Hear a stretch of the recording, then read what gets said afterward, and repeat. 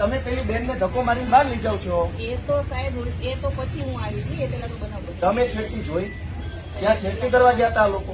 બનાવ બની હું શું કહું, આ છેડતી કરવા ગયા હતા ત્યાં? એ છેડતી કેન્દ્ર છે, એ કોલેજ છે તો ત્યાં છેડતી કરવા ગયા? કોલેજ છે, કોલેજ છે, આ કોલેજ છે. તો ટેકાના ભાવની ખરીદી કરનારા લોકો ખેડૂત પાસેથી પૈસા માંગે છે, એના માટે કોઈ એમને જાણ કરી એની માટે શું ને એને કીધું તું તમે તો આનું શું છે? આમાં એફઆરઆઈ થઈ ગઈ. એક મિનિટ, તમે એમ તો જ્યાં રજૂઆત કરવાની એના કરો. પ્રાંત અધિકારીને 18, 19, 20 તારીખે 3 વખત રજૂઆત કરી. આરએસસી કલેક્ટરને 18 ને 22 તારીખે 2 વાર રજૂઆત કરી. કલેક્ટર સાહેબને 24 તારીખે મેં રજૂઆત કરી.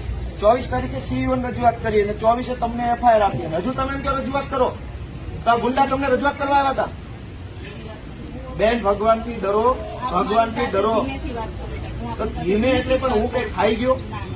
ના તમે અમને ઉપર ખોટા આરોપ સામેવાળા મૂકો. વ્યક્તિ મારી યાર એવી રીતના વાત કરે, આપ મારી સાથે વાત કરો છો, હું શાંતિથી વાત કરું છું. બેન, તમે છેડતીનો આરોપ કેવી રીતે લગાડો ના ઉપર? આપે ભાઈ મારી સાથે શાંતિથી વાત કરો. મને બેન કીધું. હાલો, પગે લાગુ. લો, એક તો વાત લો.